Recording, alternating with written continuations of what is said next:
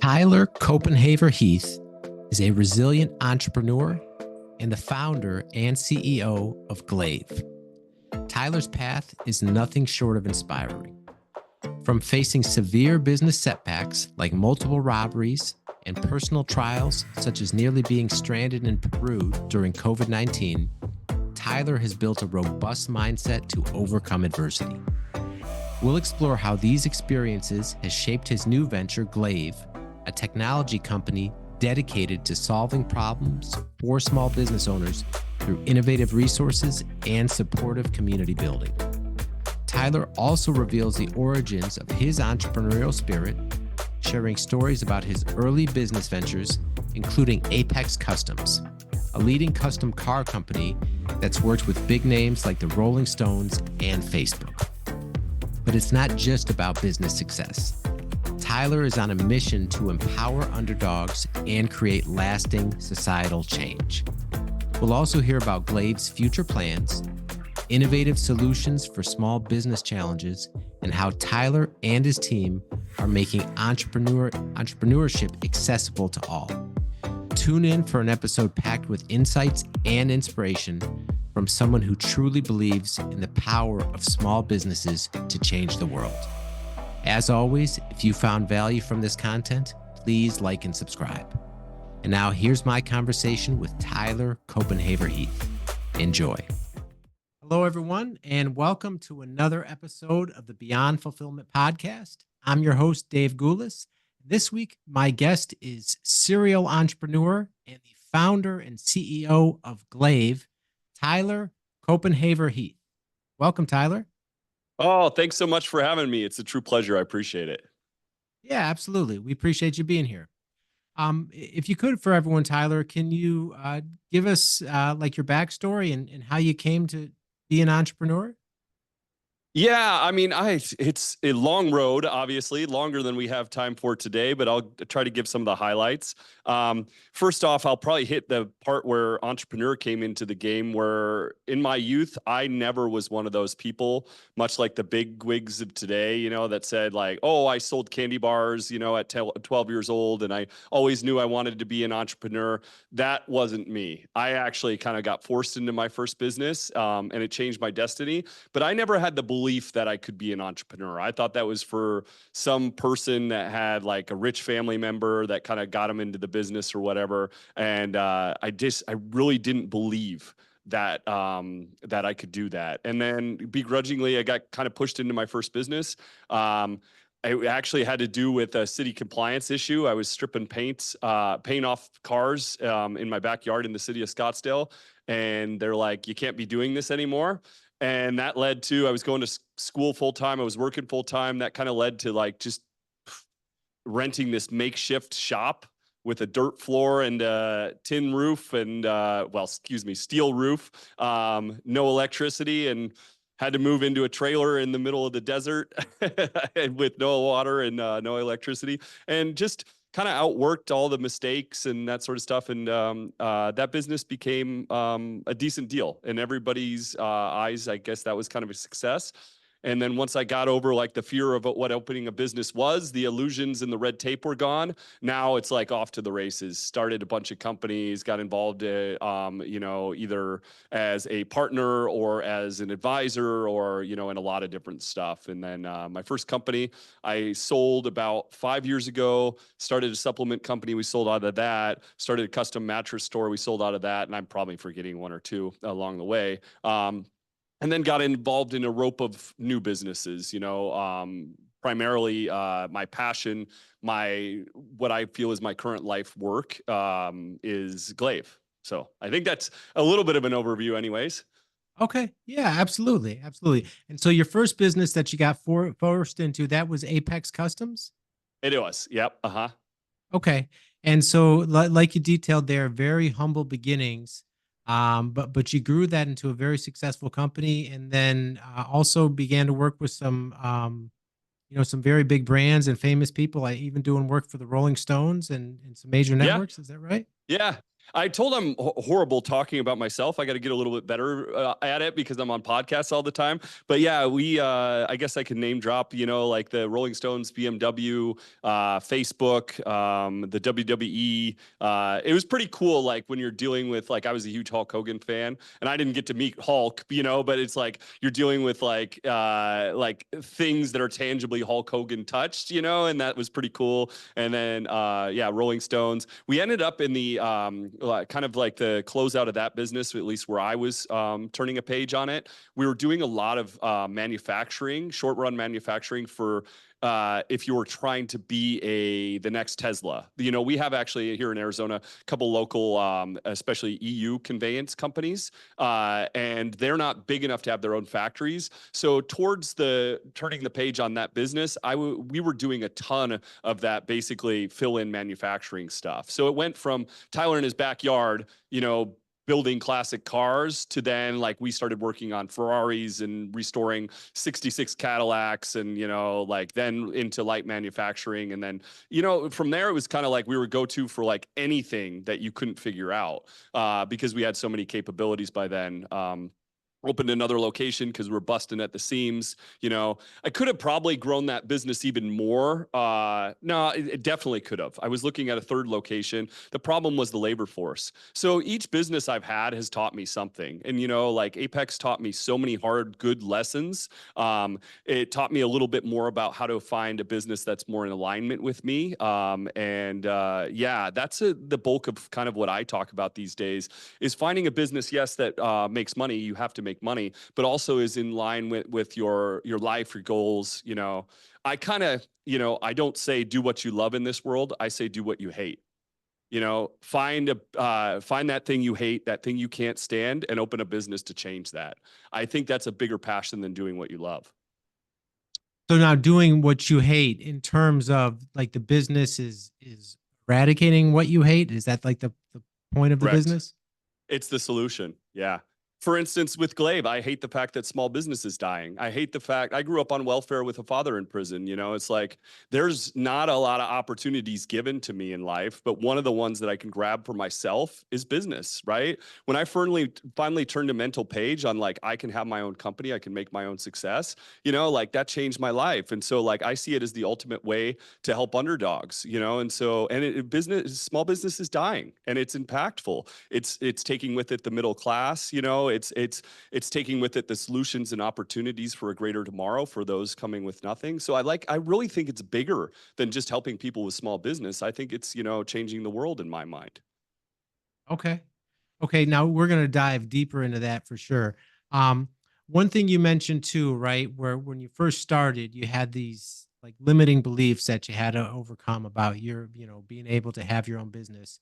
And with the first one with Apex, being that it was, doing custom cars, something that you apparently had a passion for, you enjoyed. Do you think that was key in helping you kind of push past those limiting beliefs in terms of just doing something that you enjoyed?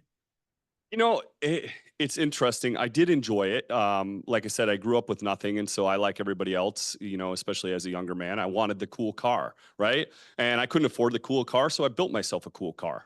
Like I had the coolest car, like you'd pull up next to my car and you had a Ferrari, people were still looking at my car, and I built that car for a couple $1,000s, And so like, I think that's kind of what it was at first is like, I just wanted a cool car, and like I had very little time because I was going to school full time and working full time. And then when it kind of got the push into the business, it was more like, hey, I'm just going to do this for a couple years. My undergrad's in biochemistry. I was looking at vet school. I actually submitted all my documents. I was really close to that. The problem was I opened the company while I was in my last year, and I had worked so hard in the company, I couldn't give it up.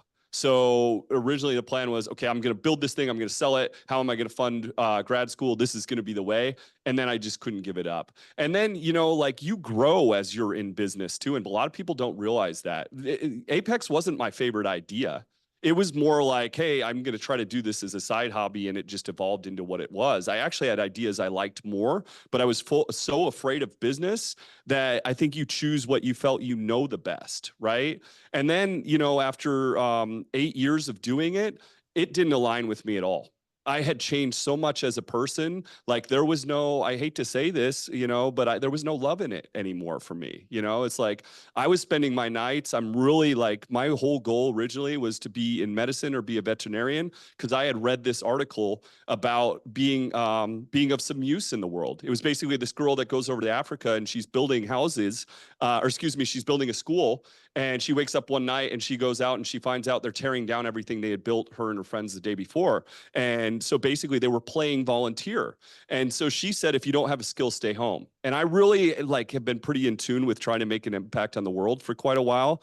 And so when you're spending your nights at reading books like How Helping Hurts and watching documentaries like Poverty Inc. and like how to change the world, and your original path you thought was to get this skill so you could be helpful, and then you're really in this first world business, it didn't align with me. We did some stuff we used to sell our t-shirts for the children's home. We got involved with Make-A-Wish and we're building cars for Make-A-Wish kids. We did do some stuff through business, but it just, I grew differently, and I think we grew apart as a business. And, now I really am focused on, yes, it has to be a business that has a good model. I'm much better at determining what that is. The other problem with Apex too, is it requires very skilled labor work. You're going to find 7 decent upholsterers in this entire country. If you want to grow a huge business when I broke down the barriers to what business was, I wanted to grow something huge, but I was really constrained in the amount of skilled labor I could get, and so in so many ways, I kind of grew apart from it. And so if you're out there, people contact me all the time and they're like, Tyler, isn't it hard to sell your first business? And it is.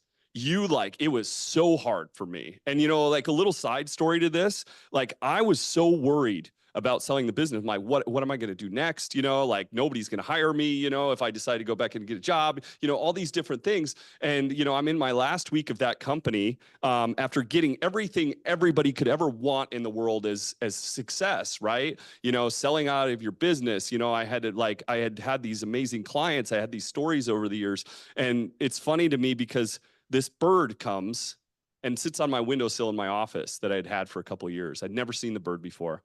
And came back every day that week when I'm just afraid to death, to sell the business. And the last day, very unceremoniously, handed over basically the keys. I've been working with the owners for a couple of weeks, helping them transition. And that was it. People waved goodbye to me and it was done. And I looked up later what the bird on the windowsill meant. And it was like change is coming in a good way. And so, don't stick with something that doesn't align with you if I have a message out there for you, and realize being intentional, I think actually my first business was a mistake. It didn't align with me. It was the closest thing I wasn't afraid of. And I didn't look at what the business was, and I didn't know any better in a lot of ways to choose something that could be a loftier goal than, what I could actually build within the constraint of that business model. So there's so many different reasons I tell people to really analyze a business, and don't be afraid when you outgrow that business to sell it and move on to the next one, because you have ideas along the way too. I hope that doesn't go too far off on a tangent, but it's from my heart. And I think it's something that entrepreneurs in a business right now need to hear. And then even entrepreneurs that are thinking about starting their first company. Attention manufacturers and e-commerce sellers. Is fulfillment a headache for you? Whether you're fulfilling in-house and you need to outsource, or you're with another 3PL and you deserve better service, Easy DC 3PL can help. We offer personal service, fast response time, and we're flexible to meet your unique needs. Get in touch today and find out how we can help you. Yeah, absolutely. Just being self-aware, like you said, when you do outgrow something, when you change, when you realize you're no longer aligned, having the courage to cut ties and move on, for sure. Yeah. Yeah. I mean, Apex, when it got put up for sale, it sold in 2 weeks. It was years. And honestly, I stuck with it longer than I should have because I loved my staff, and I felt like I was kind of betraying them to move on. And that was hard, so. Sure. Now, you mentioned each business taught you something. So I was reading up on your early history on Apex. And, one thing entrepreneurship does is it helps you develop resilience. You had a string of incidents that certainly developed resilience, from the wage garnishment issue. And if I'm reading this right, you were robbed 3 times, and just Yeah. I mean, just bad luck after bad luck. Can you talk about those experiences and how it shaped your journey? It's funny that I had so much bad luck, or like, and that's what everybody business owner says. It's like, oh, I had good luck. I never had good luck. I had bad luck. The things that happened to me, like you'd never even heard of before. But I call it Mr. Magoo luck, right? It's this horrible thing that happens. Narrowly avoid catastrophe, and then like much like Mr. Magoo, he's the blind guy that like is always walking off buildings because he can't see, and then the bar swings in the way and saves his life. That's kind of how these all worked for me. And then like I look back and they were all lessons I needed, because that's how I help people now, is all those lessons. But yeah, even like there was 8 years of hardships, and things going wrong and that sort of stuff, and really not fair stuff, enough to where everybody told me to write a book, and I did. I've just been afraid to release it. But within a 6-month period, there was a fire that took down our first location, and we were about to sign a huge, I'm still under actually an NDA on this, but we're about to sign a huge contract with a household name brand that you would know. And that was going to change the game for our business even further.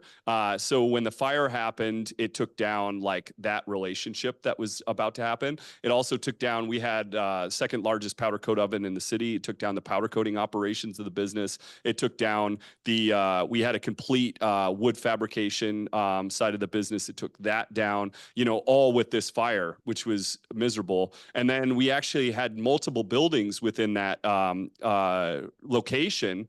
And so we put a bunch of parts into the building, and we had a couple $100,000 worth of brand new parts in there that got robbed a couple weeks after the fire, because we weren't around. A couple weeks after that, they came back and they robbed the secondary facility. Couple weeks after that, we had a work van stolen. I was finishing my MBA, and I was in Peru when COVID happened. So I almost got trapped in Peru. And at the same time, the court failed to file a document for me because I was required to go to court over a failure to garnish issue. The issue was that the person that they were talking about had never worked for me. And so I was in trouble for failing to garnish somebody that doesn't work for you. And for your audience out there, if you don't know this, if you have an actual employee, I didn't, that works for you, and you fail to garnish that employee, then that debt lands on you. So in this case, $75,000. So I'm out of the country. The court misplaced my document, and all of a sudden I failure to show. All of a sudden that $75,000 is leveraged on my company. Now, of course, the court admitted the mistake, but it's still a $6,000 problem for my lawyer to fix, right? So, and that's like the high level stuff. I could go into about 10 more things, including personal things. I was writing a book at the time. My co-authors abandoned me. I'm also finishing my degree, my MBA, and taking finals while finishing the book. And these things are going on. COVID hits at the same time. Like those are literally just like a couple of the things that happened in that 8-month period. But yeah, and I think it was the world too finally telling me what I needed. I got through it. The business had never done better, after that like kind of 8-month of hell. Like I really like embraced some of the things I was learning in my MBA, and self-educating around like the finances in the business even more, and buckling those down, and some hard decisions with staff that I loved that separated, and actually for the better of the business. So all these like tough lessons, and then it was time. It was time to go on to the next adventure, so to speak. Okay. And when those things are happening, like the fire that just, wipes out this relationship that's on the horizon, and then right after that you get robbed, and like when you're going through this, what's the mental conversation like, and how do you keep going through some of those challenges? I've always been this guy that like I'll just get up, and like I mentioned Mr. Magoo, and that's literally the way I used to compare myself to the world, because I had such bad luck. But then I changed that mindset, and now I'm like, no, I'm Rocky.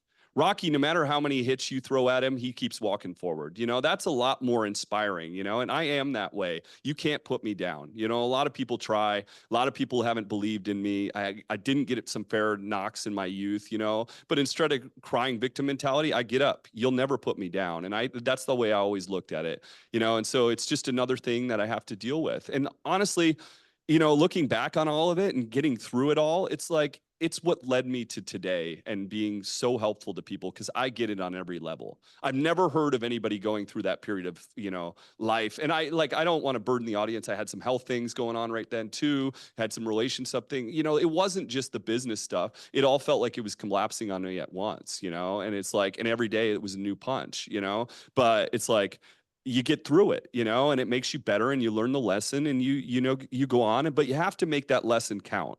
And I think the way you make that lesson count is helping other people. I really believe in that. Okay.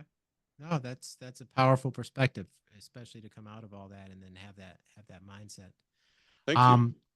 So speaking of helping others, the new venture Glaive, can you tell us more about what that's about? Yeah, I'd love to. So Glaive actually, quote unquote, retired for a minute. And I started trying to think about ways to help the world. Like I said, I've kind of been in tune with that the last, 7, 8 years at least, maybe 10. And so I was like, well, I know business, so I'll start helping people with business. I went through all these tough things, and I was really good at helping people solve their kind of business problems. And so I started doing pro bono consulting, and I helped hundreds of people. Like sometimes I would even dive into that business officially, and I would literally do accounting, I would do marketing, I would do operation stuff with them, trying to help them save that business that was about to go down. Helped a lot of new business owners too, kind of like avoid the red tape and, cut the red tape, which mostly is imaginary, and like helping all these people kind of led to like, I'd like to do this a little bit more officially. And that in itself is, every story I have is long. I try to shorten them all, but it's like a lot of introspective, like who am I? What am I trying to do? I didn't mention that in Apex, we got offered 4 reality shows on the business. I turned them all down because I was deathly afraid of the camera. And that was actually foolish of me, given what I would have done with that platform. And so now I opened a podcast for bullied kids with my mixed martial arts training partner, and that became a top 5% podcast in its first year. That kind of led me into approaching that fear around the camera. And now we actually have companies that do a lot with the camera, separate from Glaive. But the reason I even mention it is because I spend a ton of time still helping pro bono small business people. And a lot of what I'm doing is helping them like overcome fears around the camera technology, because it is one of the biggest ways small business people can compete these days is with this camera. So we do a lot around that. We have a place we call Backlot Studios. I'm here right now. And basically it's a compound, and there is a desk space for small business people to come use anytime they want for free. And we help them with accounting. We help them with marketing, wherever they're getting stuck, right? And then we provide seminars on social media, camera, accounting, whatever it is. We have another building for that. And then basically we take all those pain points, and my brother's a PhD in AI technology. We're working on building technologies to streamline those processes. Very heavily based in education. I don't want you to just have an LLC. I want you to know why you're getting the LLC, right? I want you to know the different available options based on the business that you're starting. I want you to know that like you need this type of insurance, this type of license. I want you to have one place that you can go for all these things that you can trust. I also want to have a community that's, and then that's what we're basically building right now, that's really tied into the government and influencing legislation that's important for small business. A great example is something we're working on right now. It's like I've had a lot of people come in here with tax issues around sales tax collection, right? As small business owners, as business owners, we have to collect sales tax, and then we have to give that to the government along with the report.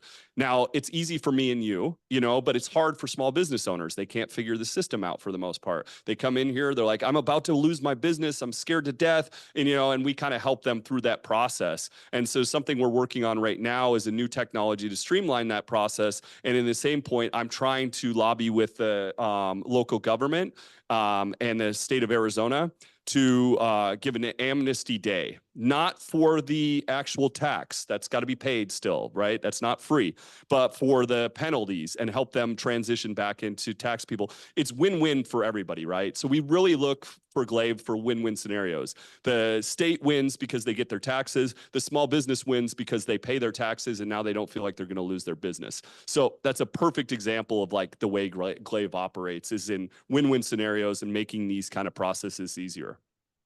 Okay. Now, being that you do so much, like you said, pro bono consulting, you've started and sold several companies. You're really deeply immersed in business over the last 20 years or so. Like, What are some of the biggest challenges today that you see that small business owners have? you know, so it's going to be twofold. Number one is the camera. The same one that could be a tremendous asset is actually a tremendous liability, because you have a lot of people out there that are telling you how easy this business thing is. And I'm helping a lot of those people. And I'm sorry, folks, shame on you for saying it's easy. Shame on you for telling them they're going to work their own hours and they can work 5 hours a week. Shame on you for telling them that like they're going to make all this money the first week. Shame on you, right? They're setting them up for failure, so that they can sell them something. So that's one of the biggest things I deal with, is like when I walk into a business that's failing and then the owner only want to work 5 hours a week because that's what they've been sold online. I'm sorry, you got to work more than 5 hours a week in your business, especially if you're starting with nothing. So I heard one of your podcasts talking about hustle culture. I actually have a tremendous weigh in on that, but that's like number one. Number two is this honor in your business, and maybe I can touch on hustle culture a little bit with that. Is everybody says you have to work on your business, and you're a fool if you're working in your business. I'm the only one I know in the world saying the opposite. And I would say it in this way: there's a season for everything, right? Those of you out there starting like Mark Zuckerberg, the conversation isn't for you, right? Like if you have dad that's a multimillionaire and you have all kinds of funders, you get to do what you want. But what I'm talking to is the audience that's starting with their own money, starting from nothing. Maybe they've got a family member that's given them 50 grand. I'm sorry, the way you leverage that money is time at first. And what the great thing about it is, and I compare it this way all the time, in my MBA program, they didn't teach me how to be an expert in finance, and they didn't teach me how to be an expert in marketing, and they didn't teach me how to be an expert in negotiations. They give me a broad view of all those things so I can manage them. And with you small business owners, if you don't know a little bit about SEO, you're going to get robbed in it. If you don't know a little bit about marketing, social media, you're going to get robbed in it. If you don't know about your accounting, you don't know how to hold your accountant accountable, and that's the number two problem, is people aren't in their books, right? I tell people all the time, I go try to help them and they're like, Tyler, if I only had 50 grand for marketing, I would be on Easy Street. This business would be successful. And I go, okay, great. What are we going to spend this $50,000 on marketing? Where are we going to spend it? And they said, well, let's say on this candy bar. Okay, what's the margin on that candy bar? I don't know, right? Now we're back in the financials, and sometimes we're even finding that there's no margin on that candy bar. So we're going to market something and spend money to market it that's not even making money, right? Now that's a big, and maybe it's not quite like that, but what I'm getting at is like, you do need to know a little bit of your numbers. Like you have to do it. I got frustrated, I've looked at probably 1,000 P&Ls in the last 2 years. 99% of the time, it's not set up right. It's bad data. Like you think you're hiring out to a CPA or a bookkeeper. They don't care. I'm telling you right now, and here's one way to tell. We all have an Amazon transaction in our books. Every single one of us these days. Every company has bought something from Amazon. If they've never asked you about what that transaction is, you fire them. You get a new one. Because the reason is there's a vast difference between an expense and a cost of goods, and they'll never know the difference in your books if they don't ask you, right? Now you have bad data. Bad data won't allow you to run or grow your business. So, Dave, I know that's a tangent once again, but I hope they got some value out of it. Yeah, absolutely. Absolutely. And right, like the work on your business, not in your business. I mean, that I've always heard that more so for like experienced veteran entrepreneurs really trying to, scale and go to the next level, but particularly starting up, right? You need to be involved in every aspect and understand it at the very least. Yeah, and I'm saying you get to the on point too, right? There's a season for everything. It's like you get to the on, but at first it's the in. It's okay. You're going to work a lot of hours. That's what business is. It's okay. You're going to have to do some of the accounting. Learn it. I actually teach a free seminar. I teach people accounting in 3 hours and make it fun. Like it's not that bad. And once you actually embrace it, I'm the biggest accounting nerd ever now. It's like, because I'm like, how did I breathe without air before I learned this? I went through the same things you small business owners all do, with it, hire the bookkeeper, and then they give you bad data and they're finger pointing the bookkeeper from the last year, and none of that's growing your business or helping you. The second I embraced it all and like started walking this path of like learning my numbers and like knowing how to bucket my GL accounts properly for the designation of clarity into my business and all these things, it changed the game completely. So that's like, I talk about numbers a lot because it's the most important part of business. But yeah, to your point, it's like there's a time for in, there's a time for on. I actually met a landscaper. He started with one lawnmower, and he built a $10 million company from one lawnmower, started when he was 18 or something. And then he's got a tech company now that is like the Uber of the lawn mowing world. And when he first set out, he once again, like it was funny. We kind of were talking about this lesson. He's like, okay, well, I'm not a tech guy. I'm going to hire that out. He got robbed.